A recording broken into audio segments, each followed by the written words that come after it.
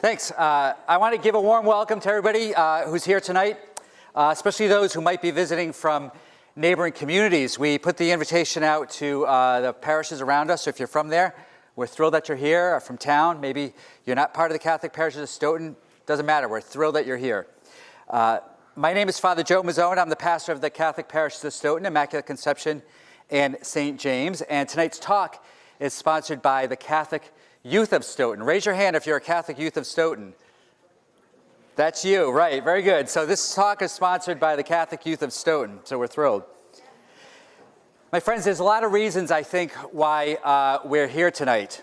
You know, maybe somebody we love, a sister, a brother, a child, a grandchild, a friend is struggling with addiction, and that's brought us here. Maybe we are struggling with it or being tempted with it. Maybe we're a first responder. I know there are a few of them here tonight who's been called to the scene of something that they made them very sad when they got there. Maybe we're clergy, like myself and a few others here who has tragically come to know somebody for the first time, so often a young person, through a very tragic event, and I think you know what I'm referring to. My friends, I'd venture to guess that everybody in this room knows somebody who has been touched by this epidemic, and it is an epidemic. It's an epidemic here in Stoughton. We know it is. We've experienced it. And it's an epidemic all over Greater Boston, so many communities. And I think on some level we're sharing frustration and sadness about that. And yet I also think we're here because we share hope. Hope that with education, with support, with the love of our communities, our families, our friends, all of this, our faith communities, professionals, that it need not defeat us if this is something that we're struggling with or a loved one is struggling with. Our guest tonight is Tony Hoffman. Tony is a BMX, that's a bicycle motocross elite pro. For anyone who does not know about Tony, you should read about him because he's a phenomenal athlete and a great person. Tony has quite an impressive resume. He placed second at you can correct me if I'm wrong, Tony, the 2016 World Championships in Medellin, Colombia, which is pretty impressive. You have to be in excellent shape to do what he does. And he was a coach in the Olympics in Rio just last year. And preparing for the next Olympics as well, right? Awesome. He's all of these things, but most importantly, I think he is one of those hope-filled people that we talk about that inspires us so much. I first met Tony at a coffee shop in Dedham, Massachusetts. Tony would not remember this because he wasn't actually there. I was reading about him on my iPad in a Starbucks across from Legacy Place. And reading about him, I really felt like I got to know him because his story is so compelling and fascinating. It's a wonderful story. His witness made a big impression on me. It's a faithful story, a story of struggle, but ultimately of hope and recovery. And it's my great pleasure to invite him here to talk about it. I won't say up here because Tony has an incredible amount of energy, and you're going to see that very soon. So he's going to be walking all over the place down here. So please join me in welcoming tonight's guest, Tony Hoffman. I do quite a bit of traveling, getting to share my life story, and this really is my purpose. And to be able to share my faith tonight is very important to myself because my biggest audience is school audiences, and I don't get to share my faith because we all know what public schools are like. They just don't want that happening. Even though I don't preach to anybody, even though I don't push my faith on anybody, the foundation for everything that you're about to hear is definitely because of my faith in Jesus Christ. So to get things started, in the fall or summer of 2005, I remember pulling up to my apartment. I was, at the time, 21 years old, and I remember checking my phone because I had a missed call from one of my friends, Adam. So I called my friend Adam back after listening to his voicemail, and his voicemail, he's crying on the phone to me, and he says, "I need you to call me back right away. Please, this is very important. Call me back as soon as you can." So I dial Adam's number, and Adam picks up the phone. Adam picks up the phone, and he says, "Hoff, I need you to listen to me right now." And he started crying. He started crying, and I said, "What's wrong?" He said, I want you to know that God gave me a vision, and you were in this vision. He said, he showed me that you were going to get 3 significant chances. If you don't stop doing what you're doing before these chances take place, he says, you're going to go to prison. He goes, I saw this happen in the vision. He said, I also saw that your house is being watched by the cops. He said, how would I know this? I don't even live in Fresno anymore. I said, I don't know, Adam. He goes, but listen to me. You don't have to do this. If you just stop doing what you're doing before these 3 chances take place, you won't have to go to prison. And I told Adam, Adam, you don't understand. I'm back on these pills. I can't stop using these Oxycontins, man. You know how it is. Because this Adam, one of my best friends, was using Oxycontin at one point as well. And he got off of it, moved, and got involved in the ministry 6 hours south of where I lived. And I told him, I can't just stop, man. You know how this goes. That was when I was 21 years old in the summer of 2005. In the fall of 2001, I got a phone call from an editor of a magazine. Billy D was the editor of the BMXer magazine, the largest BMX publication in the United States. Billy D says, Tony, next month when you check the mailbox, you're going to get a magazine with your picture on the cover of it. I remember being 18 years old, a senior at Clovis High School, part of Fresno, California, right smack dab in the middle of it, thinking that being on the cover of a magazine was going to be the coolest day of my life. I started checking the mailbox the next month. Finally, the day happens when I open up the mailbox and I see this magazine in there, and I excitedly pull out this magazine, and I see my picture in the bottom right-hand corner of this magazine. And it was extremely special to me, not only because I was on the cover of this magazine, but because the guy that I was beating in the picture was ranked #1 in the country 2 years older than me. But if somebody would have sat me down and said, Tony, take a seat. We want to tell you some things about your life. And I took a seat, and these people told me, Tony, in 3 years, you're going to go from the cover of this magazine to inside somebody's house, robbing them at gunpoint. I would have said, no way, not me, bro. I'm sponsored by Fox Racing, got a shoe deal with Airwalk Shoes. I'm sponsored by Spy Sunglasses. How am I going to go from the cover of this magazine to inside somebody's house robbing them at gunpoint? They say, Tony, you're going to make one choice that changes the rest of your life. One choice that changes the rest of your life. And I would have said, no way, it's not going to happen to me. Because I remember sitting in school seats, and I would see speakers come up, and they would hold the microphone, and I'll say, I'll never be the guy that's going to hold that microphone. I'll never be the girl that's going to hold that microphone. And as soon as they turned that microphone on and they started talking, I started listening to my friends next to me. I never paid attention to those speakers. I never learned anything from those speakers, and I ended up becoming one of those speakers. When I was a young kid, I found out that it didn't matter what sport I played, basketball, baseball, soccer, rollerblades, skateboards, BMX bikes, volleyball, tennis. I've played every sport but golf and done swimming. And for whatever reason, God had gifted me naturally in sports, so I could play every sport. And because I could play every sport, within 6 weeks of me playing these sports, I was one of the best players on the team. And because I was one of the best players on the team and one of the most athletic players from my town, all the coaches wanted me to play their sports to help them win games. And because they always wanted me on their teams, or they always started me, I always got a lot of special treatment from these coaches. I didn't have to do things that other people had to do because the coaches wanted me to play for them. And because I got this special treatment, I started developing an attitude where I could just do whatever I wanted. And I looked up to sports stars like Terrell Owens, Randy Moss, Allen Iverson, Latrell Sprewell, Dennis Rodman. Some of these sports stars are aging out. You don't hear much about them because they're not playing anymore. But I looked up to these athletes that said and did whatever they want. I remember one time I was watching Randy Moss interview on ESPN.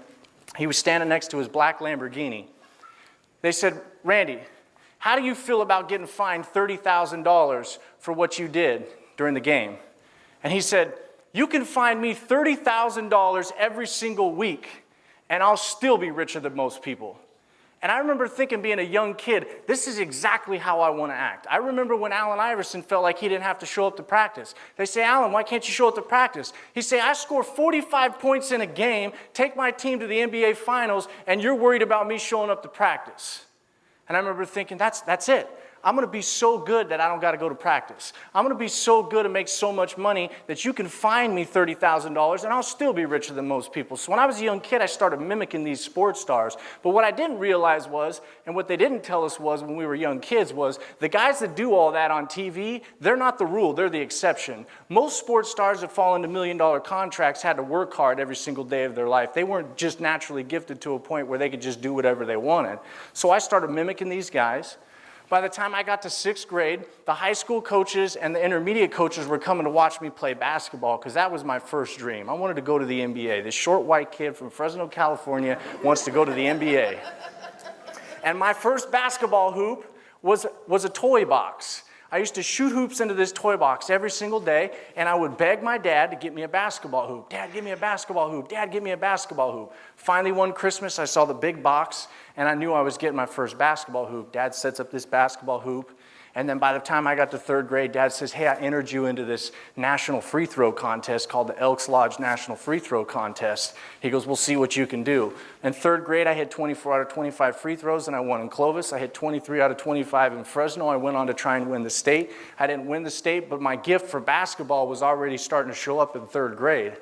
6th grade, when all the coaches started coming to watch me play, our basketball coach used to make us jump rope for 10 minutes every single day before we got to practice. I used to think it was the stupidest thing ever.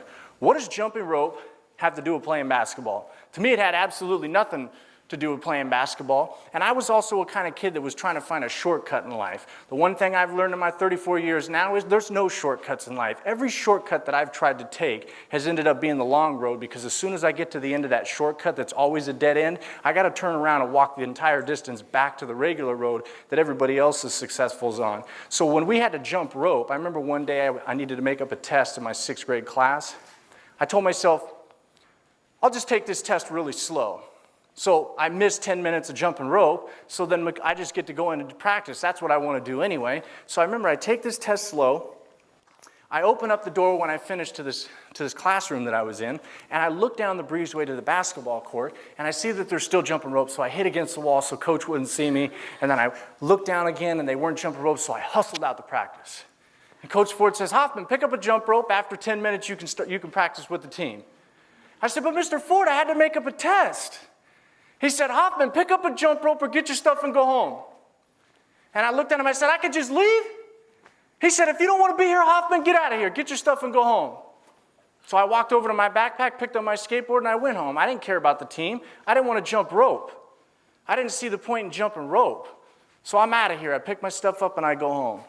The next day I come back, and the team's sitting down. Says, Hoffman, take a seat. By a show of hands, he asked the team, how many of you guys think that Hoffman needs to be kicked off the team for what he did yesterday? Every player on the team raised their hand. And I looked at him and I said, the only reason you guys are raising your hand right now is because you're scared of this guy, a 6th grader, with a mouth like that, just like the athletes that I was looking up to. And I said, you can't kick me off the team. I'm the best player you guys got. And they didn't kick me off the team. I didn't obviously win any awards at the end of the year. 7th grade rolls around, I'm in basketball tryouts. Coach Scott comes up to me and says, Hoff, you're our starting point guard. You don't got to do anything. Just relax and don't get hurt. I'm getting special treatment again.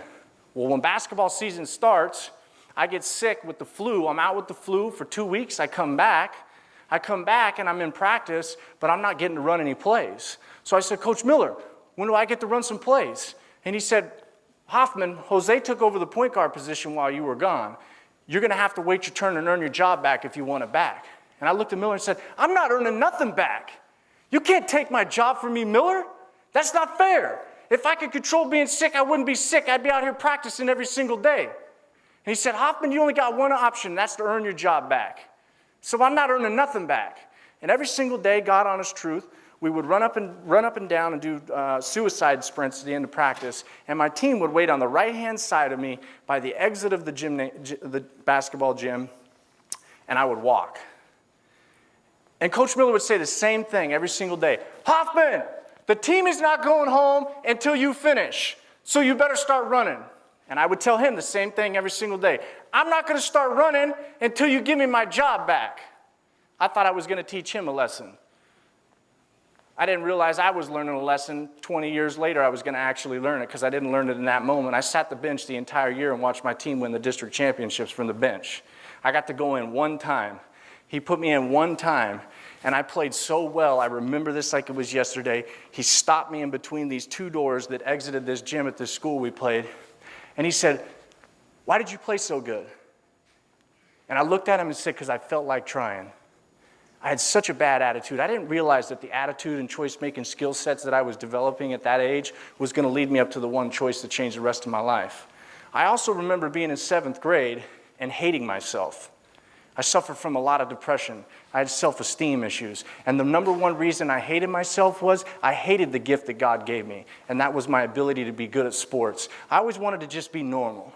I didn't like that when I played sports, coaches wanted to tell me to work hard, or coaches always went to me to make the play, and coaches always put their attention on me instead of everybody else. I hated that.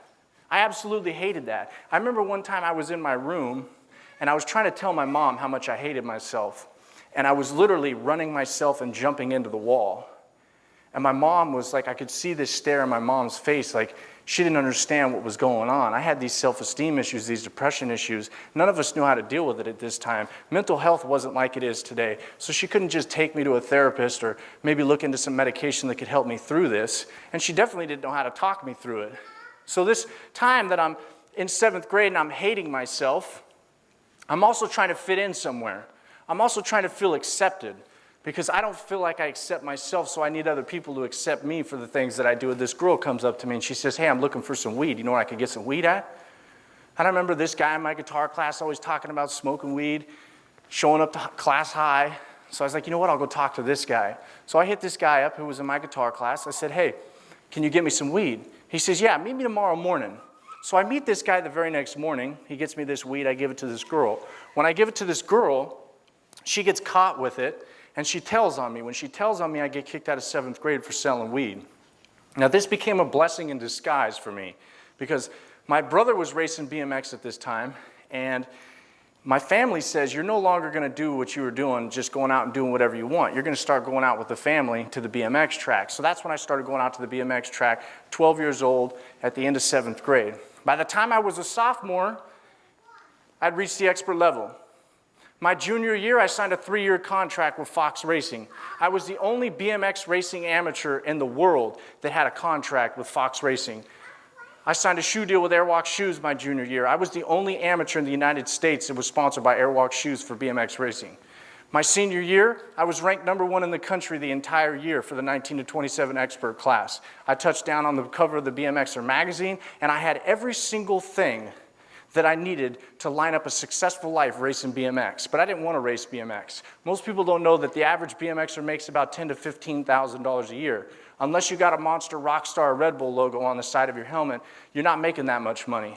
And I knew this, and I didn't want to roll the dice on me being one of the top 5 guys in the world that were going to get to make, 6 figures or more off of racing BMX. So I was a young kid in 7th grade. I started tinkering with computers.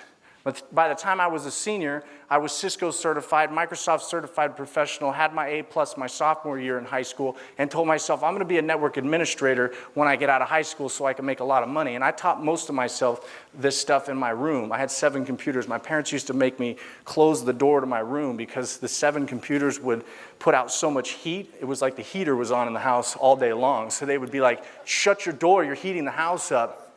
So I'm in my room constantly learning how to build networks and work on these computers. And my aunt, who lives in San Diego, California, the big beachy part of California you guys might think I'm from. I'm actually from the desert part of California. She says, "Hey, I know this guy who's Entrepreneur of the Year of California. He's 23 years old. He's known for starting $1 million businesses. I know his wife really well. I'd like to connect you with him." So she connects me with this guy, and this guy, when I get on the phone with this guy, says, "I'm about to start a wireless internet company in Temecula Valley." In 2002, when I was about to graduate high school, wireless internet was just coming out. So when this guy was telling me this wireless internet company idea, I was thinking that this guy was about to start a $1 million tech startup, and I wanted to be a part of that. So he says, "Come down to San Diego. I want to interview you. Bring your family." So my family and I go down to San Diego. To get into this guy's neighborhood, your name had to be on a clipboard, and the security guard had to let you through. I remember when we got to his house, I was wowed by all the fancy stuff that he had. He was driving a $150,000 sports car. His wife had a $150,000 SUV. His big $1 million house. When we walked in, he took me and my dad up to his room, his office, which was about half the size of this stage, maybe up to about here, from where that speaker is. That was just his office. And this guy had servers all along the back wall that were monitoring these businesses with this device that he supposedly invented. He sits me down, he interviews me, and he stops as soon as we were done. He looks at my dad and he says, you know, your son's extremely bright for his age. He says, I want to pay him $80,000 a year to come down and work for this company I want to start. He says, I'll pay him up to $120,000 depending on how this company does. And my dad had this look on his face like, man, he goes, but I need him to move down here the day after he graduates, and I want you and your wife's permission to be able to do that. He says, we'd love for him to be able to do that. So when we get back in the car to go home to Fresno, where I grew up, I remember I told my parents, I told you I wasn't going to have to go to college, and I would make more money than both of you. Because, see, they didn't believe that I didn't have to go to college, because here I'm looking for a shortcut, and to me, this is the shortcut. I'm going to make 6 figures without going to college. I told you so. So we go back home to Fresno, Clovis, the little town that I'm from, and when I stopped riding my bike because I knew I was going to go work for this company, I found myself going to house parties. When I started going to house parties, I started seeing people drinking, smoking weed, drinking, smoking weed. And I always told myself, I'm never going to drink, I'm never going to smoke. I got too many things going on in my life. First it was my bike, now I got this computer gig going, so I'm not going to do this stuff. But I know this, the more I went to house parties, the more I wondered, what's it like? I'm watching all my friends drinking and smoking weed. I remember being up at a cabin one night, watching everybody drink and smoke weed. I was the only kid that wasn't doing it. And I said, you know what? I'm going to try it. One time. That's it. One time. I went up to one of my best friends, Stephen, who was smoking weed all the time, talking about how cool it was. I said, Stephen, smoke me out, bro. And he got all excited. Oh, we're going to smoke Hoff out. We're going to smoke Hoff out. Hoff's going to get high. We're going to give him some weed. Smokes me out. I remember I couldn't stop laughing. I was just laughing and laughing and laughing, having so much fun. And then I remember thinking to myself, man, this really isn't that big of a deal. School, they tell us how bad it is. Nobody's getting kicked out of school. I'm not going to cemeteries and burying any of my best friends. Nobody's getting kicked out of their house. Nobody's losing their job. Schools are lying to us. The cops are lying to us. The teachers are lying to us. The churches are lying to us. So I told myself, I'm just going to do it once a month because I kind of like the way this feels. Kind of made me forget about my social anxieties. Kind of made me forget about my depression. It changed the way I felt, and I liked the way it made me feel. Once a month, that's it. Next weekend rolls by, my friends are smoking. Hoff, you want to smoke? Yeah, I'll smoke. Then I told myself, only on the weekends when I'm at the parties. Wednesday rolls by, I'm playing Madden on the Xbox at my buddy Tony's house. Weed comes out, Hoff, you want to smoke? Yeah, I'll smoke. Next thing you know, I'm smoking every single day. I tell people this, there's a doorway that exists. And most people don't know that this doorway exists. When you walk through the door and you step all the way in, you cannot just turn around and walk back out that door because you think you're done. I know more people that have died and overdosed from drugs and gotten clean and sober. That's a fact. I've only seen people get back through the door 2 different ways. One, you leave in a casket. That's the way most of my friends have left. The second way that you get back through the door, you have to change every single thing about your life. And if you don't change every single thing about your life, and when I mean every single thing, I'm talking every single thing, you will get back through the door, but you'll only get 1 foot. Or you'll get both feet through the door, and you'll get sucked right back in if you don't change every single thing about your life. I've been sober for 10 and a half years now, and there's not a day that goes by that I don't think about using drugs or have some kind of memory. I told the students today in New York, I woke up in a hotel room this morning, and for some reason, I have no clue why, I thought of this female that was around when I was using dope. And the first thought in my mind at 6:30 in the morning was about this person I have not seen in probably 14 years. And my mind said, I wonder what happened to her. Man, remember when we used to shoot dope in the hotel? And I had to immediately turn that tape off. 10 and a half years have gone by, and every single day I'm confronted with some kind of memory. I don't want to use drugs. I'm not tempted to use drugs. But every single day, the doorway has this way of saying, hey, come back through just one more time. You're 34 years now. You can use just one time. You're not feeling your best. Why don't you just do this once? You're more spiritual now. It's not going to hurt you the way you think. You were young and immature back then. And every single year that goes by, I have to watch another one of the friends that I grew up with that have been using dope for 15 plus years get carried through a casket because they don't know how to fight and change their life because there's not enough resources available to give them those tools. The best way I've seen people get sober is a spiritual experience that releases the chains that are holding them back. The same way my life has been changed. That's whether you go to meetings, you go to church, or something that gives you that spiritual experience that pulls you back through that door. The one thing I hate traveling the country and saying is that weed is a gateway drug. I hate it.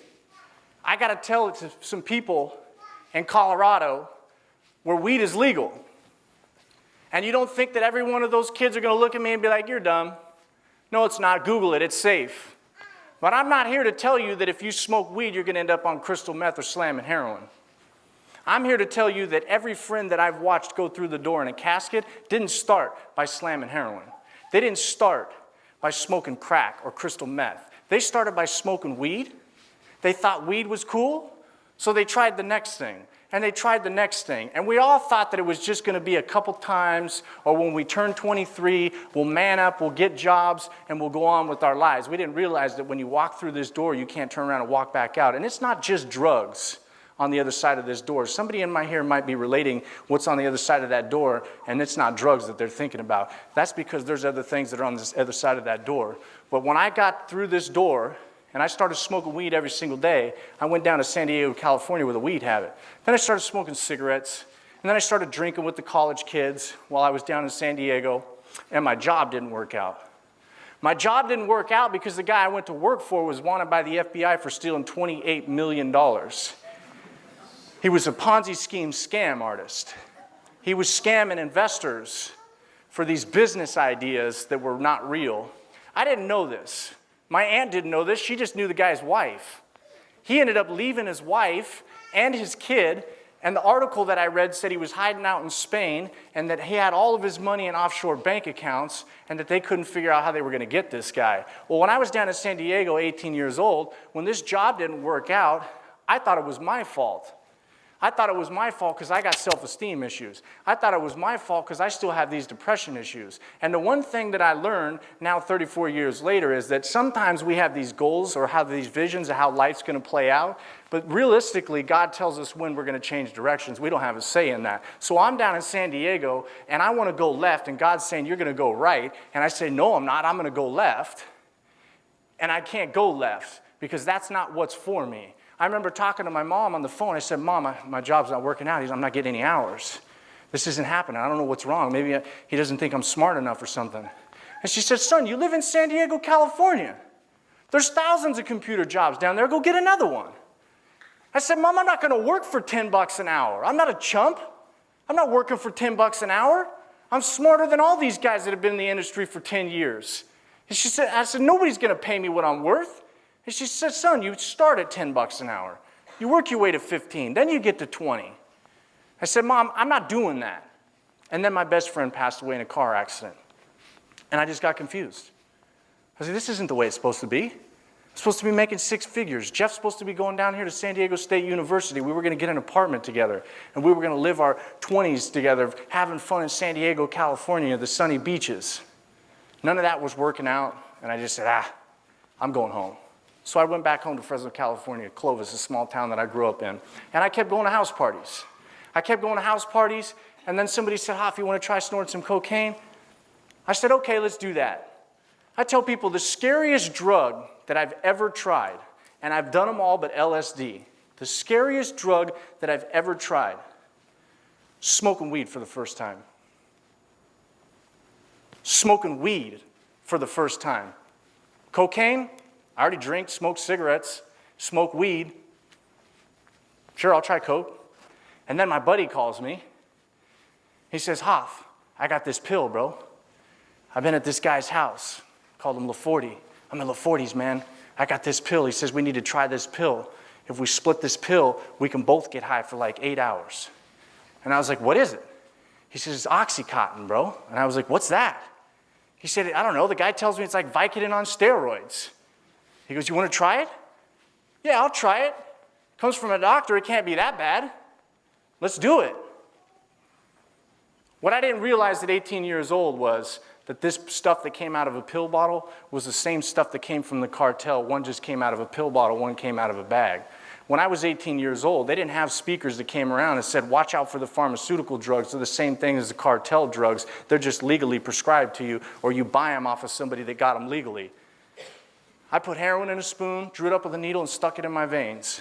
I put Oxycontin in a spoon, drew it up with a needle, and stuck it in my veins. The only difference between those two drugs, the one that comes from an orange bottle and the one that comes from a cartel, is the taste that runs across your tongue as it's circulating through your veins. At 18 years old, they didn't tell us that. At 18 years old, when I started seeing all these people get overprescribed these painkillers, they weren't telling people that. They were telling people that it wasn't addictive. I remember being on a plane in 2011. When I first started getting into my speaking, I sat next to a doctor that told me I was spreading fear into the audiences that were listening to my story because the addiction rate for pharmaceutical painkillers was less than 1%.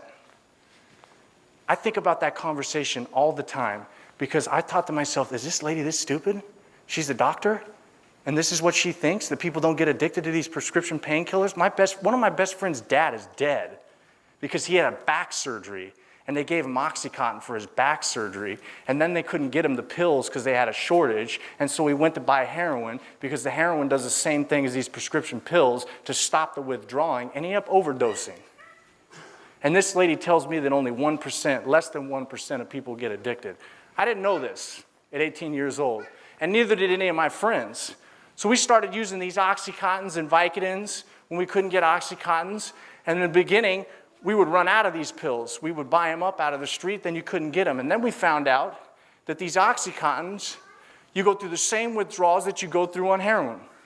You can't sleep, you're vomiting, you got diarrhea, your mind's going crazy, your body aches and shakes. It's like the worst flu times 1,000. If anybody in here has witnessed a junkie coming down from heroin, it is one of the scariest things you'll witness. It's like watching an exorcism.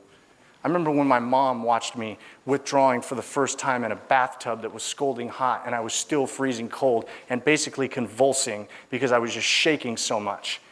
The look in her eyes was worse than the look of her eyes when I saw her come into a courtroom for the first time facing 17 and a half years. We started going through these withdrawals.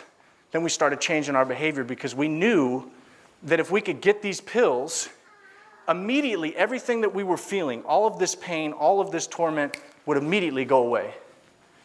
So when I came home from San Diego, California, my parents found a quarter pound of weed in my backpack and they said, not in our house. If this is what you're gonna do, get out of the house. And they kicked me out. 3 years go by. I'm living at a house with a bunch of kids that I graduated high school from. We were popping pills, snorting cocaine, smoking weed, and playing video games all day. That's all we did. One morning, though, we were withdrawn. And I told my co-defendant, let's go rob this person. And he said, are you serious? I said, bro, you know there's pills inside this house. Let's go get them. He said, all right, let's do it. So we drove and got guns. We went and got guns. I remember we parked outside this neighborhood. We had hoods on. We started walking up to this house. We started walking up to this house, and I asked my co-defendant, how do you want to do this? He said, let's knock on a door. When they answer the door, we'll kick the door in and we'll rob them that way. And I said, no way, bro. We can't do that in Clovis. Somebody's going to see it and call the cops. I said, why don't we go around the backyard, we'll break a window, we'll jump through this window, and we'll rob them that way. And he said, okay, let's do that. So we walked up to this house in California, got the gates that separate all the houses. We walk up, we check this gate. We open up this gate that's open. It takes us into the backyard. Immediately to our right, there was a door that took you into the garage. I checked this door and it was open, it wasn't locked. So now I'm sitting inside the garage. Sitting inside the garage, I remember seeing a red car, and I remember looking at my co-defendant, and he was shaking. I said, "What's wrong?" He said, "I'm really nervous, bro." I said, "Don't say nothing. Count to 3 and follow my lead." So he counted to 3. 1, 2, 3. And I remember I grabbed this door and opened it up. Immediately we were inside the kitchen, and to the right-hand side of me there was a woman sitting down at the kitchen table. I put the gun in her face and told her, "Get up right now. I want all the Oxycontin inside this house right now. Get up." This lady gets up from this table. I remember she takes us down the hallway. I remember seeing family pictures on both sides of the wall. We hang a left. When we hang a left, I remember seeing a deadbolt locked closet in the back of the room. And I knew that's exactly where we were going because we were robbing one of our best friend's moms. She had multiple sclerosis and was getting prescribed these pills, way overprescribed these pills, way overprescribed these pills. The police report said there was $14,000 worth of Oxycontin inside this house. I told that lady, "Open up the closet," told my co-defendant, "Go get the car, I'll be right there." So he leaves the room, and she opens up this closet. I grab the $14,000 street value worth of Oxycontin that were inside this house, took the lady's phone so she couldn't call the cops. I remember walking outside of her room and making a right. When I make a right, I remember walking down the hallway again, seeing the family pictures on both sides of the wall. I make a left, I'm back in the kitchen, open up the door that takes me into the garage. I'm now in the garage, I make a right, open up the door that takes me outside, hang a left, open up the gate, and I see my car pull up. When I see my car pull up, I start walking up to my car, and I'm thinking that I just committed the perfect robbery. There's no way that we're getting caught. And we got all these Oxycontins to get us high for a while. When I opened the car door, my passenger side door, I experienced the first time that God had said something to me. When I sat down in the car, I felt this feeling, or this voice say, "You made the biggest mistake in your entire life, and you will pay for this one." And it was so loud that I told myself, I will never rob somebody ever again. Ever. I'm done. I'm not doing that. My co-defendants, they couldn't say the same thing. My co-defendants, they had a drug addiction just like mine, but they owed a drug dealer thousands of dollars that they had to try and make up on. So they kept robbing people. When they kept robbing people, they finally got caught. When they finally got caught, they ended up on the news. When they ended up on the news, the lady that I robbed saw my co-defendant and said, "That guy was in my house." So the cops started an investigation around all my friends. When it started around all my friends, some of them knew what happened and told on me, and the others that were involved. And the cops found out where I was staying, and they raided the place where I was at. I hadn't seen my parents in 3 years. In 3 years, that's all it took for me to go from a cover of a magazine to inside somebody's house robbing one of my best friend's moms for her prescription medication. But I remember telling myself, I'll never be the guy that's holding the microphone. I'll never be the girl that's holding the microphone. I was like these two. They haven't heard one word I've said the entire night. They don't even know I'm talking about them. That was me. I didn't care. I'll never be them. I'm not stupid like that guy. I'm not stupid like that girl. They're weak. I'll never be them. 3 years. That's all it took. One choice. I wish I would have listened to the speakers that came. Now when somebody talks, I love listening. I like shutting up and listening because I know that I don't know everything, and everybody has something for me to learn from. 3 years. That's all it took. My parents, they thought that if they threw $30,000 at this doorway on one of the best defense attorneys in town, that I would come slide right back through that door and they would get their son back. But my parents were going to learn a hard lesson. Money doesn't fix a drug addict. It takes a lot more than money. It takes something that money can't do. I remember when I met my attorney, he said, you could have done 3 things that are worse than what you're about to go to court for. Rape a woman, touch somebody's children, or murder somebody. He said, I'm just trying to let you know that when you go to court tomorrow, there's not going to be a jury in this country that feels bad for you or tries to understand why you went inside somebody's house, the only place that a person should feel safe, and you robbed them for their medication that they need for their medical condition. He said, I hope you're ready for how bad tomorrow's going to look. And I walked in that courtroom at 21 years old, and they offered me my first deal, 17 and a half years. I remember when I saw my mom in that courtroom, she looked like she'd aged 20 years. I remember when I walked in, shackled up, ankles and feet, shackled up, hands, ankles, shackled up, and I looked at my mom. I was like, oh my God. My mom, for 3 years, hadn't seen me. I don't even know what that was like for her. Gray hairs everywhere, skin was wrinkled, stressed her out the box. 17 and a half years they offered me. Luckily, my parents spent 30 grand on one of the top attorneys because he took me out of that courtroom, moved me into a courtroom where his best friend was the judge. Luckily, my other co-defendant, his dad was the robbery squad detective of the Fresno PD, so he was investigating his son. They don't want to lock cops up. Well, they don't want to lock cops' kids up either. Luckily, my other co-defendant graduated with honors, and his parents spent a bunch of money on a good attorney for them. He's now dead. He's been dead for 4 years. They found him at 3 o'clock in the morning in an intersection, slumped over his wheel, died of a heroin overdose. Couldn't get off drugs, walked through the door, didn't know how to turn around and walk back out. He left in a casket. When they moved me into a new courtroom, we got new deals. They gave my co-defendants 2 strikes instead of 3 because one of them told on me and said he would take state evidence and become a witness in my crime. They offered me 1 strike, 5 years felony probation, and 3 months in a rehab. I should have went to prison for a long time, but they didn't give me prison. They said, we're going to give them a chance.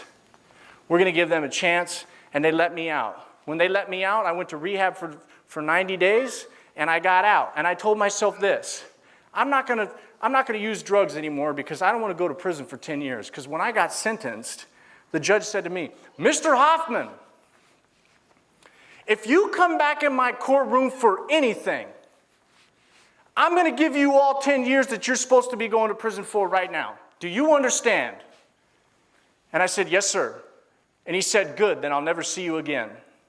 And I told myself, I'm never using drugs again because I don't want to go to prison for 10 years. But I didn't realize that a consequence doesn't pull you back through the other side of that door. It takes a lot more than that.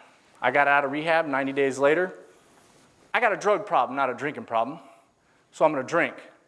So I started drinking, and I'm at a party. My buddy drinks. He can't keep his mouth shut when he drinks. He gets in a fight. This dude knocks my friend out, so I got to help my friend. I helped my friend. I ended up knocking this dude's tooth out, and I found out 2 weeks later that the human mouth is one of the dirtiest places on the planet. Turns out if you get bit or knock somebody's tooth out and you don't clean it very well, that you get an infection extremely easy from the human mouth. So 2 weeks later, I can't clench a fist, I can't move my arm, I can't rotate my arm. My arm is fire engine red up to my bicep, and I'm in tears from this, tears. In 2011, I had my ACL reconstructed in my knee.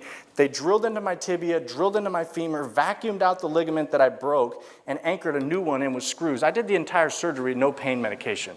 The doctors told me, there's no way you're going to be able to do it. That pain was not as bad as the pain that this infection in my hand had caused. So I go into the hospital, and the nurse, when she sees me, she says, oh my God. She said, you should have been in surgery days ago. She goes, you got to get into surgery. This thing hits your shoulder, it's cutting straight across, and it's going to your heart, and it's going to kill you. So they call an emergency, an on-call surgeon in, and they cut this infection out of my hand. They gave me morphine before I went in for the pain, and they sent me home with Vicodin. They sent me home with Vicodin for the pain, 1 pill every 4 hours until the bottle's gone. And my mom says this, you're a drug addict.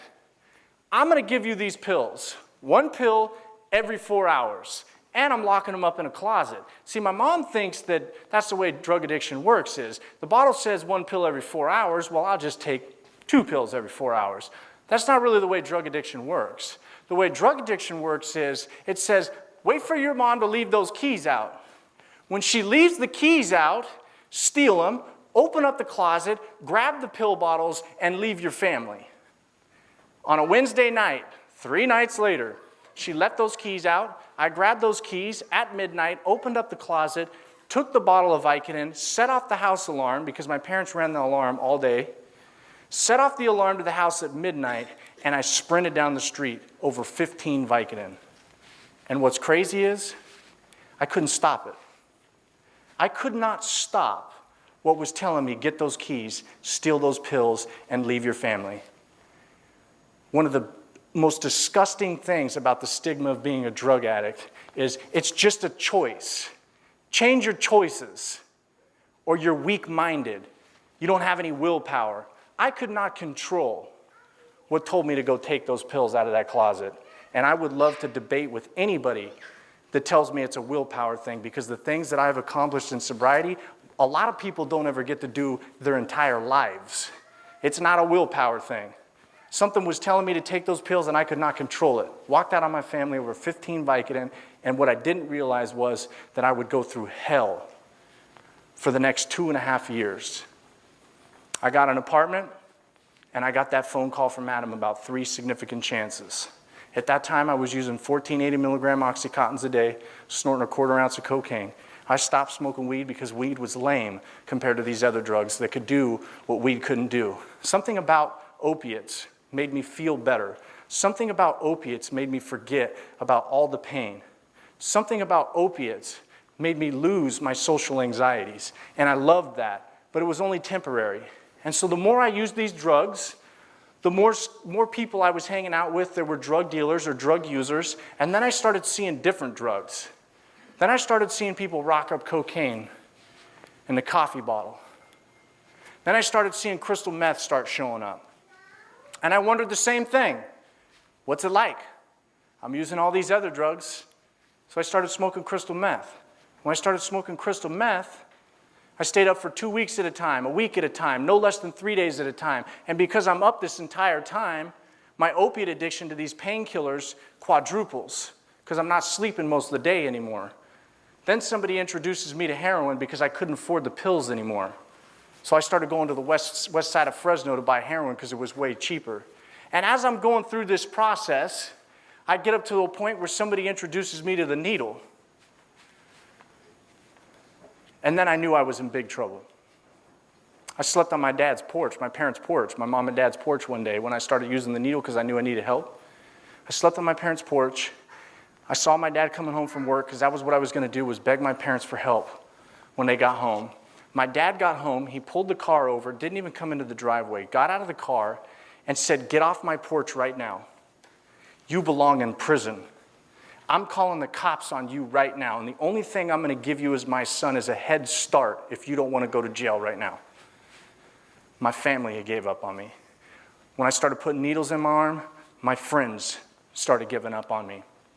I had one place that I could go, and that was my best friend Nate's house. I was sleeping in Motel 6s, sleeping on people's couches.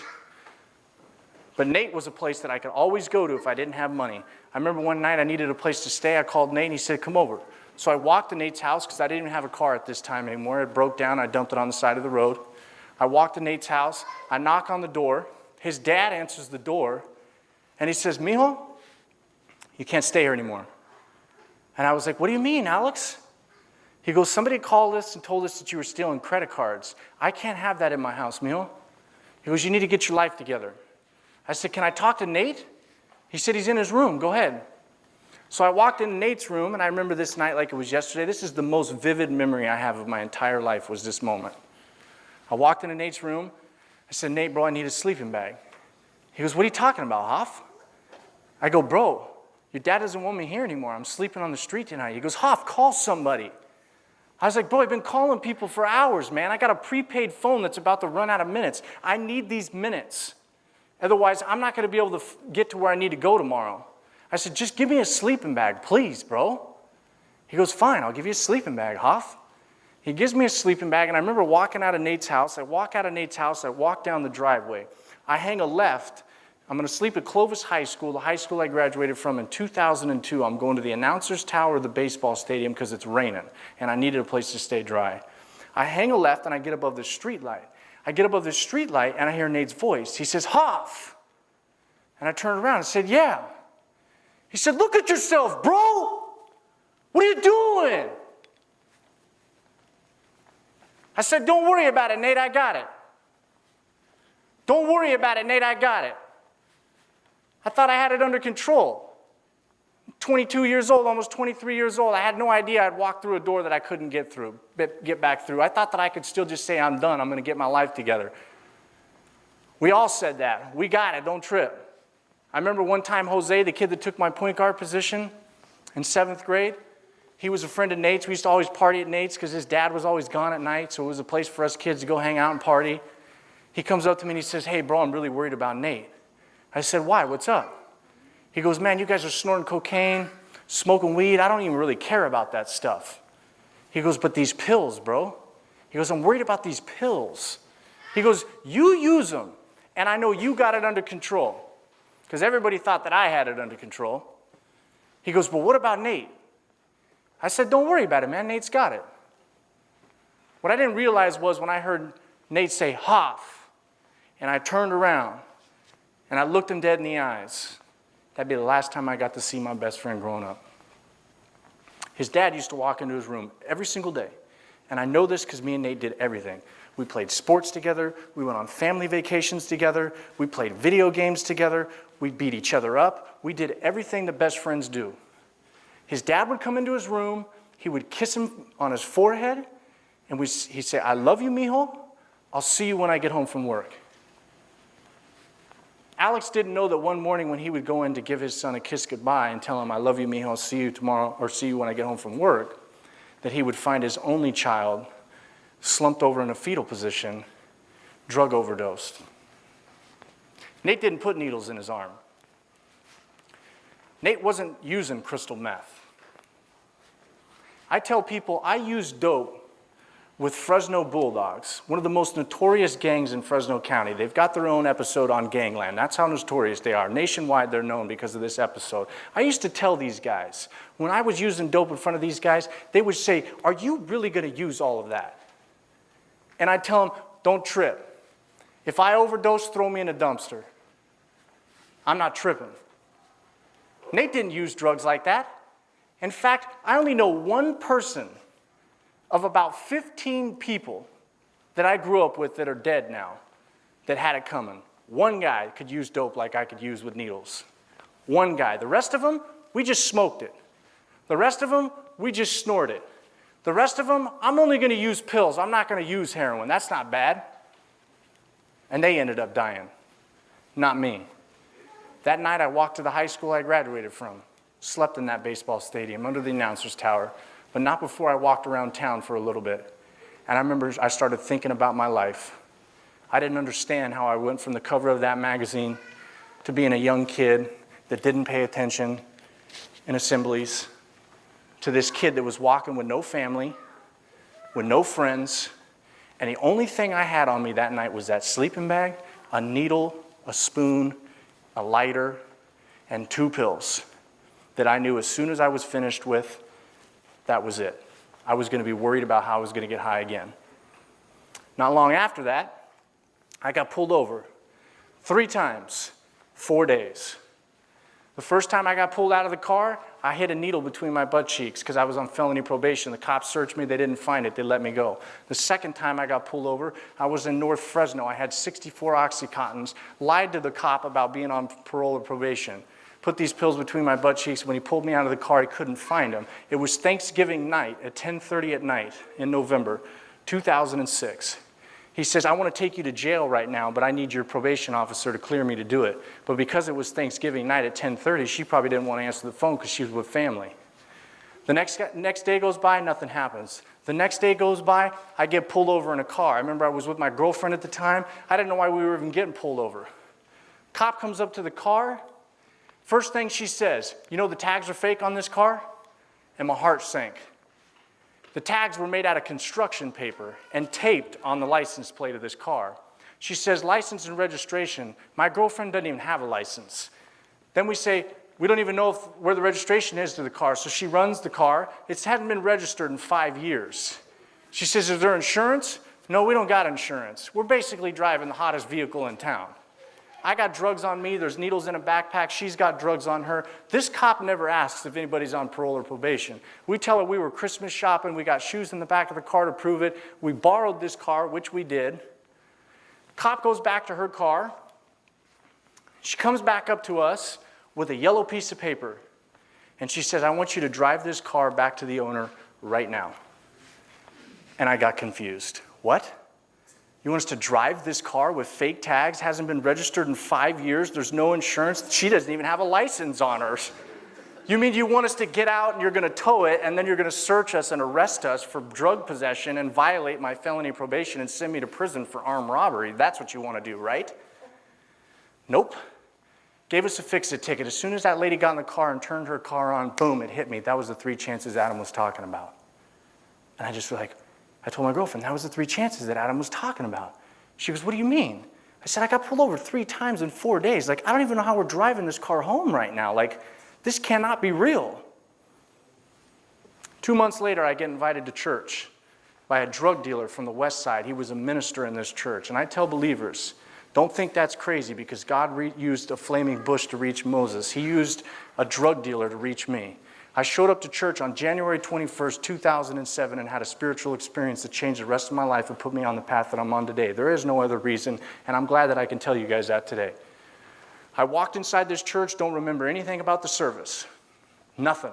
But I know there was an altar call. There was an altar call, and Ray's wife said, get up there, you need to go up there. I said, no, I can't do it. She said, get up there right now. So I went up there. And this pastor lays his hands on me. It's a small Pentecostal church in East Fresno.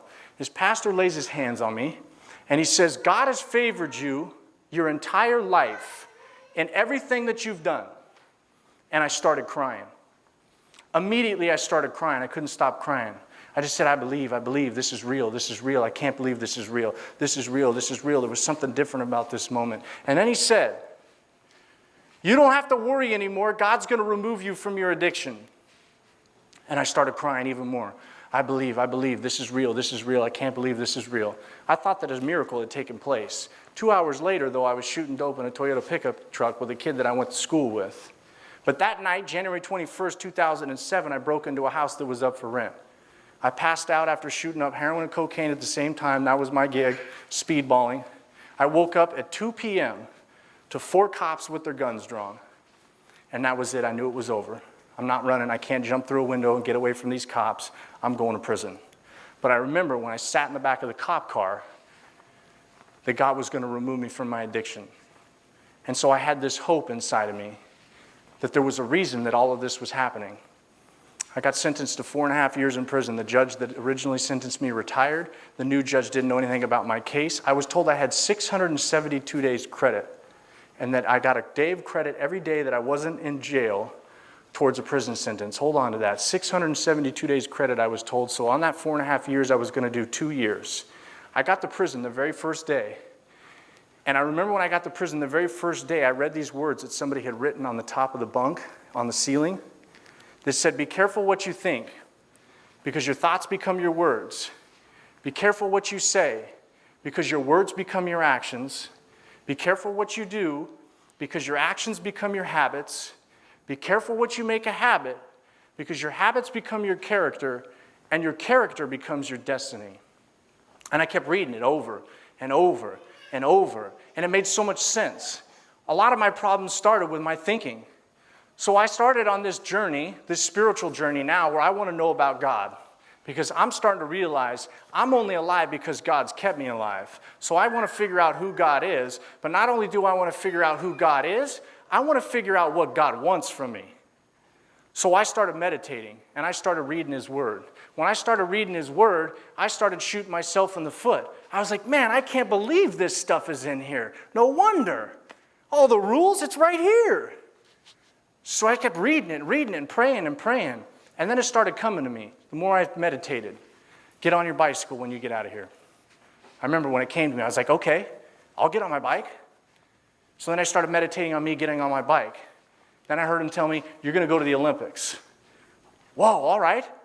Then I remember him telling me, start a program for kids and become a public speaker. And the more I meditated on this I started to think, how the heck am I going to do all this? But I remember the quote, I needed to change my thinking so I could change my words, my actions would become habits, my habits would become my character, and I could change my destiny. I told myself, when I get out of here, I'm going to go to the Olympics because I learned how to brush my teeth every single day. When I was in prison, I didn't even know how to brush my teeth every single day. But I told myself, if I can learn how to brush my teeth every single day, I'll make it to the Olympics. So I started learning how to brush my teeth. Then when I got that down, I learned how to make my bed. When I learned how to make my bed, then I learned how to organize my stuff. Then I learned how to work hard and jump rope doing something I never wanted to do every single day while I was in prison so I could be physically fit for my bicycle when I got out. I remember the cops used to make fun of me because I would tell them, I'm going to get out of here, I'm going to go to the Olympics. I'm going to race my bike professionally, start a program for kids, and tell people my story. I remember at Tehachapi State Prison when I was learning how to work hard no matter what. It was 15 degrees out, and it was snowing. And the cop in the tower, Hoffman! Hey! It's snowing, dude! There's nobody on the yard. Go inside. I told him, I'm going to go to the Olympics when I get out of here. It's not snowing everywhere in the world. It's summer right now somewhere. I got to be out here every single day if I want to make it. He said, whatever, Hoffman. This cop called me in the office one time with 8 other cops, and she says, hey, we hear that you're going to get out of here and you're going to go to the Olympics and race BMX professionally. I said, that's right. She said, no, you're not. Don't fool yourself, kid. You're going to come back in here just like everybody else. And all the cops started laughing. I remember when I walked back to my bunk, my favorite verse is Hebrews 11:6. Without faith, it's impossible to please God. Those who come to him must believe that he is who he says he is, and he is the rewarder of those who diligently seek him. And I took those words so to heart. I told God, I'm going to seek you so much, you're going to get sick of rewarding me, dude. I promise. And I walked back to my bunk, and I said, just keep focused on God. If this is what God's telling you to do, then you need to do it. I stopped living. God gave me the ability to, one, accept my gifts, not as something for myself, but something to give to the world. And that if I used my gifts to give them to the world, then he would then reward me for those gifts. So now I feel good about my gift because it's not about me, it's about everybody else. And so because of that, I became willing to live my life, not for myself or for other people, but for my faith in Jesus Christ. That's what was fueling me every single day that I got out of bed. When I got out of prison, I raced my first professional BMX race. Had not touched a bike in 7 years. I took 3rd place. And I remember thinking, I knew it. I knew it. This was supposed to happen. That first year, I won 5 races at the lower pro class. 1 year after getting back on my bicycle, doing something that everybody said was not possible, but a very small amount of people that believed in my gifts, I got invited to the Olympic Training Center. In 2010, I picked up a microphone and I started public speaking to small faith-based groups that would let speakers come in. In 2012, I started my nonprofit organization, the Free Will Project. We raised $2,500 at our first fundraiser. In 3 years, I knocked out 3 of the things that I told people in prison God was telling me he wanted me to do. The only thing that I hadn't done was go to the Olympics. I'm now at the Olympic Training Center. I went from brushing my teeth every day in a prison cell to training and lifting weights and riding the track at the Olympic Training Center. That's what brushing my teeth every single day became. I knew how to brush my teeth every single day, so I didn't have to think about it. Now I needed to focus on my moment at the Olympic Training Center to make that dream come true. In 2011, in October of 2011, I was in Florida, and one of the guys that made the Olympic team, me and him were racing neck and neck. That's the level that I was at in a very short period of time. I was racing competitively with world champions, national champions, and Olympians. He made a mistake over a jump, and it crashed me, and I blew my knee out. And I had to have my knee rebuilt. And I remember thinking to myself, this isn't supposed to happen. This isn't what you showed me when I was in a prison cell. This isn't supposed to happen. How am I going to get to the Olympics? The doctors are telling me it's going to take 3 years for my knee to come back and my leg to work the way it used to. I'm 20 years old. I don't got time for that. And then I kept having problems. And it was apparent to me that I wanted to go left, and God was saying it's time to go right. Because when I trained to race for my bike, the only thing I focused on was getting up, eating, training, eating again, training again, eating again, going to sleep. It was very self-consumed. And every time I crossed the finish line and won a race, I really didn't get that much satisfaction. I loved that I was using my gift and I was finally starting to see some rewards from actually working hard, but it didn't give me what I really wanted in life. So I started to see that God was saying it's time to change directions and focus on other people. My public speaking started taking off in 2012. My nonprofit organization started taking off. We went from raising $2,500 at a fundraiser to $45,000. We went from giving away nothing to giving away $40,000 worth of bikes every year and $10,000 worth of skateboards every single year through our summer camps or after-school programs. In 2012, I started coaching because I still love the sport of racing, and a blonde girl came up to me. She said, I want you to coach me, Hoff. And I said, all right, I'll coach you. I didn't know that when I blew my knee out, And I started seeing my biggest dream, because my biggest dream was I wanted to go to the Olympics. That was the one that everybody said I was crazy about. In fact, the one lady that told me, "Don't fool yourself, kid," she stopped my mom when she came to see me in prison with my dad. And she stopped my mom and she said, "Do you know that your son is saying he's going to go to the Olympics when he gets out of here?" And my mom said, "Yes, I'm aware of that." She goes, "Do you want me to tell him, or are you going to tell him that that's never going to happen, that there's no way they would ever let an ex-felon compete in the Olympics?" And my mom said, "Anything's possible." And she walked away. That was the one thing that I wanted to do, was go to the Olympics, because there were so many people that said that that was going to be impossible. When I started coaching Brooke, I got to learn her and help her sharpen her craft and get her ready for Rio. And I remember when we made the team, and let me tell you something, she gets sick because she's got the worst immune system. At least 4 or 5 times a year she gets strep throat. Not only did she have to show up in Manchester, England with strep throat and perform, she broke her leg 6 months before the Olympics. And this girl pushed herself, and she still made the team. And when we got the call that she was on the team, I experienced something I had never experienced in my life. And that was an increase in faith that I've never experienced. There was that initial increase where I finally believed, but when they all came to pass, I was just overjoyed with gratitude. I was so thankful because I didn't deserve to have all this stuff that was being done. I didn't deserve any of that. I deserved to be with Nate, Bob, Yoshi, Jared, Keith, all the kids that I grew up with. When we got to Rio, I just started crying when I got off the plane. When we got to the BMX track, I started crying. I couldn't believe that all of this had happened. And I remember I sat down at the beach, because every day I write a letter to God, every single morning. I write where I'm at, and I write a paragraph to God. Sometimes not about much, sometimes about how I'm feeling, sometimes about how some things I want to transpire in my life. But now I was in Brazil, and I was like, what's next? So I started writing down what I wanted the next 10 years of my life to look like. And I got to adjust it. I've learned to be dynamic, because God's ultimately the one that tells me what direction I get to take. I have my ideas. I use my passion, my experience, and my gifts, but God ultimately opens all the doors and creates all the opportunities for me to do things like what I'm doing here today. You guys might not be Ohio, where they lose 11 people a day to opiate overdoses. 11 people a day. In Dayton County alone, 3 people die a day in Dayton County. This epidemic is everywhere.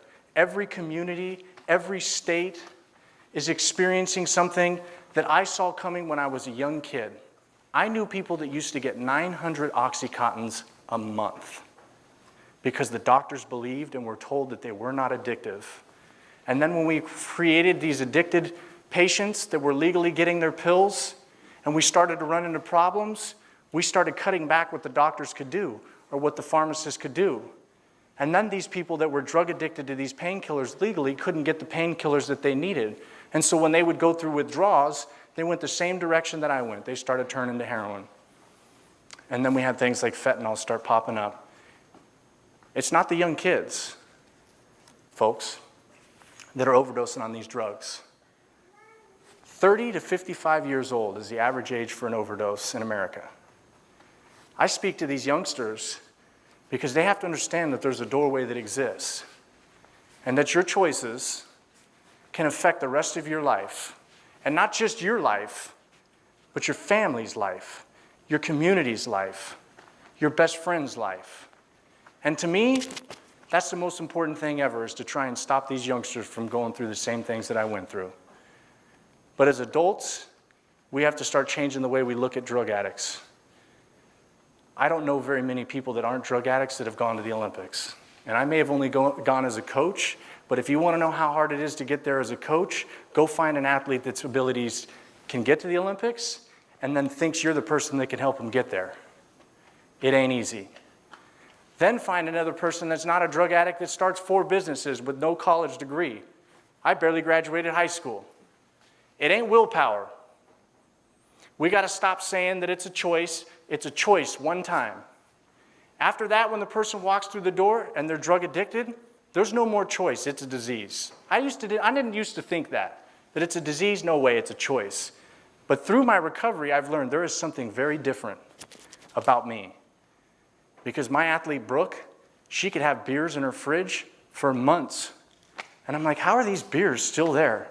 I was like, that's the difference between me and you, Brooke. If those beers better be like your 15th re-up on the same beers that you were drinking. She goes, I don't need them, Hoff. I said, wow, that's crazy to me. My brother, blood brother, he can go to the pizza parlor, drink a half a beer, and walk away. Not me. That never happened. Something is different about me. We have a lack of resources. We have a lack of bed space in this country for people that do want the help, because we don't look at drug addicts as people. We look at them as scumbags that will never amount to anything. We should lock them up and throw away the key. But let me tell you something. There's not one person that thought that I could get clean and sober. And I got clean and sober. And not only have I gotten clean and sober, I've made it my life purpose to try and help and give hope to those that hear my story. I want to open up the floor for a few minutes to do questions and answers. My life is an open book, guys. You guys can ask me anything. It doesn't matter. Just if you have any questions, raise your hands. Anybody got any questions? Yeah. Did you ever turn to doing other bad stuff other than stealing? I know my mom watches they shows addiction. Yeah. Stuff like that. Did you ever turn to other stuff trying to get money from other people? No. So that's a good question. Did I ever turn to anything else? I did the robbery one time, and then I said I'm never going to do that again. Selling drugs was my main way of making money. I stole food constantly from 7-Elevens and corner stores. So I always stole food so I had food to eat. But I never broke into businesses. I never got into stealing cars, thank God, because that would have been like a hobby of mine, was stealing cars to get places. I walked and rode bikes everywhere. So no, I didn't personally, but I'm not the typical case. I've always had a business mindset, so I've always found ways to hustle. Whereas most of my friends aren't business-minded people naturally, so they'd break into businesses or continue to do robberies and do those types of things. That's the most common way for drug addicts to get money, though. Yeah. When you were in prison, and you obviously had to go through some sort of withdrawal, do they treat you with medication during your withdrawal time? When I was in prison or jail, when I initially was going through the major withdrawals in county, do they give you anything to help you? I don't know what it is now, but I went to a nurse call, and she said, maybe you'll think twice about doing this next time. Here's a pack of ibuprofen. This is all we can do for you. So basically nothing, because ibuprofen that didn't do anything. So for about the first 30 days, vomiting, diarrhea, shakes, lack of sleep. And then for the next 60 days, it was trying to restore a full night's sleep. So I'd go from 30 minutes to an hour, 2 hours, 3 hours, and then finally after about 90 days, I could go to sleep for the entire night. And then the first year is a lot of drug dreams, really weird. You wake up through these vivid drug dreams where you're using drugs, and you actually wake up thinking you were using them. They're so vivid. But no, they didn't do anything. I think they've changed in some states on that. So you didn't find any form of mental health, professional help while you were... They have mental health there, but it's more like, here, take these tranquilizers and leave us alone. In California. California's bad. California recidivism rate is 93%. You pretty much are guaranteed you're coming back. But that's because when you get out, they say, change your choices. Don't come in here ever again. That's all you get. There's no programs. There's no get involved in this. If you're a sex offender, it's even worse. They're guaranteed to be homeless because nobody will give them living, and nobody will create a program for sex offenders. So, I mean, it's just a mess across the board in California. And that's not every state. Some states are very successful, have low recidivism rates of 40%, mid 40%. And that's actually really good. But it's sad. Questions over here, guys? Questions? Yeah. You say you think about it every day. Yeah. Drugs and stuff. What gets your thought off? I've learned how to change the tape really quick because I don't have a desire to use. So I'm not like tempted. I've gone on dates with men and they're like, is it bother you if I have a glass of wine? Do you like want to reach across the table and drink it? And it's like, no, I'm not at a point where that bothers me anymore. But there's thoughts or memories that come up, and I've just learned how to change the tape. So you work out or you pray? Say prayers or? Yeah, so my big thing that started was I rebuked these thoughts in the name of Jesus. In prison, I felt like I was saying that more than anything to myself in my head because the thoughts were so reoccurring. Sometimes I'd spend 5 minutes saying that, and then they'd go away, and 20 seconds later they'd come back, and I'd go right back to saying that same thing. After a while, it just got less frequent, less frequent. It's not all day for me, but there are those moments, like when I woke up today, it was like crazy. It was like, I don't even know how I remembered that girl. I don't even remember her now. It's like, whoa. But I learned to change the tape really quick. In the back?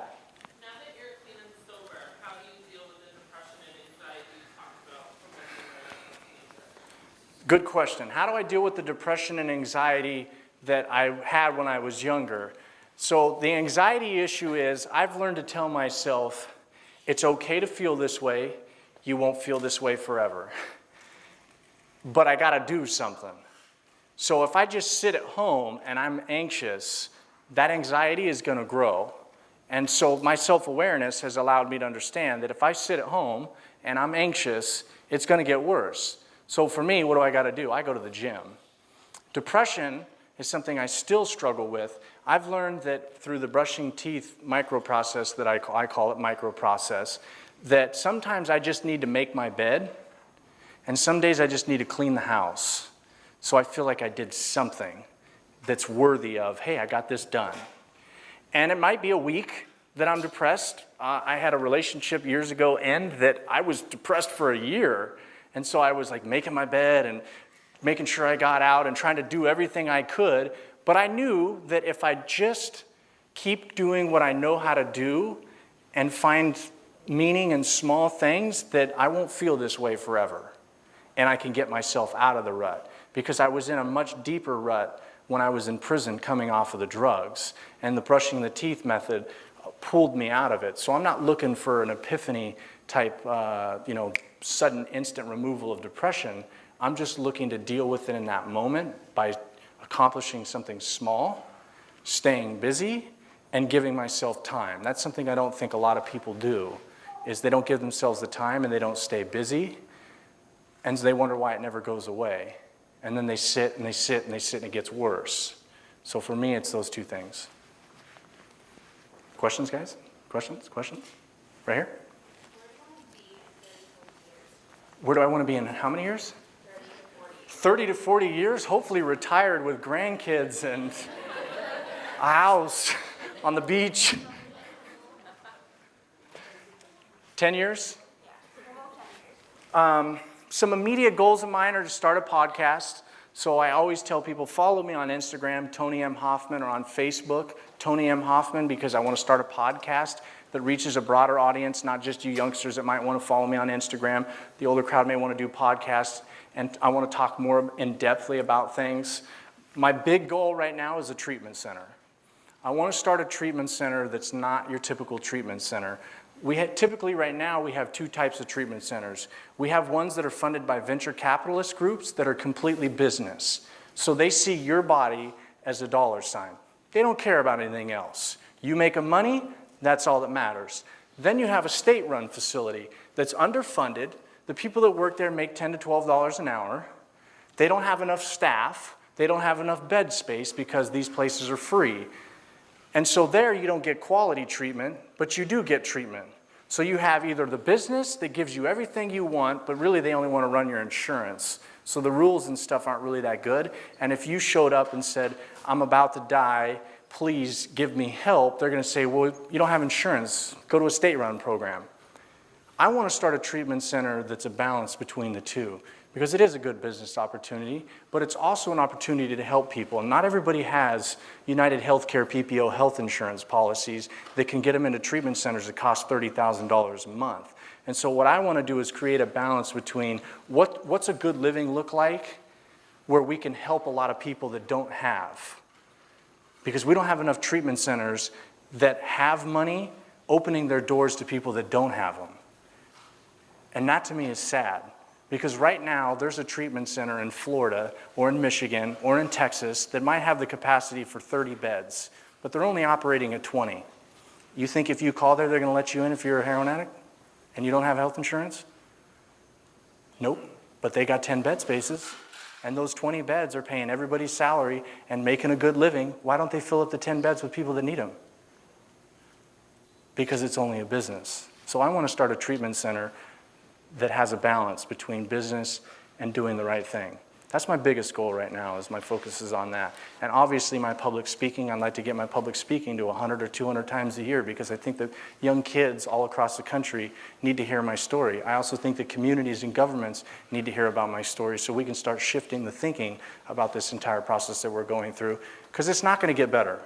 It's going to get worse before it gets better. We haven't seen the worst. Dayton, Ohio is already reporting worse numbers than last year. And they're 1,200 and something a year that people are dying there. So that's kind of where I see myself. And going to the Olympics, 2020, Brooke is going to get a medal. I'm determined. Because she would have got one if she listened to me this last time. But hey, it's all right. Women don't listen. Kidding. Kidding. It did save me. But I also want to tell you that I'm not the rule. I'm the exception. And that prison saved me. There were no programs in there that helped me. They were divinely appointed inmates that became mentors in my life that gave to me the most. It wasn't the prison guards. It wasn't the prison programs. It was the people I met in prison. And most people in prison are shooting heroin, at least in California. My neighbors in front of me, behind me, left of me, and right of me were all heroin addicts. And that went for most of the inmates in the 300 cell block that I was in. If it wasn't for my divine experience, I would have left there with HIV and Hep C guaranteed, just like most of the other inmates. Questions? Questions? Again, follow me on social media, Tony M. Hoffman. You can find me on Facebook, Instagram, or Twitter. I'd love to hear from you guys. I tell the youngsters, if you guys have questions, I answer every question that comes across my direct message. I don't care if I speak to 1,000 kids and I get 100 messages. It take me 5 hours to answer every single question. This is my life purpose, and I will give you my time, and I would love to do that. And I want to say thank you so much, Father, for bringing me here.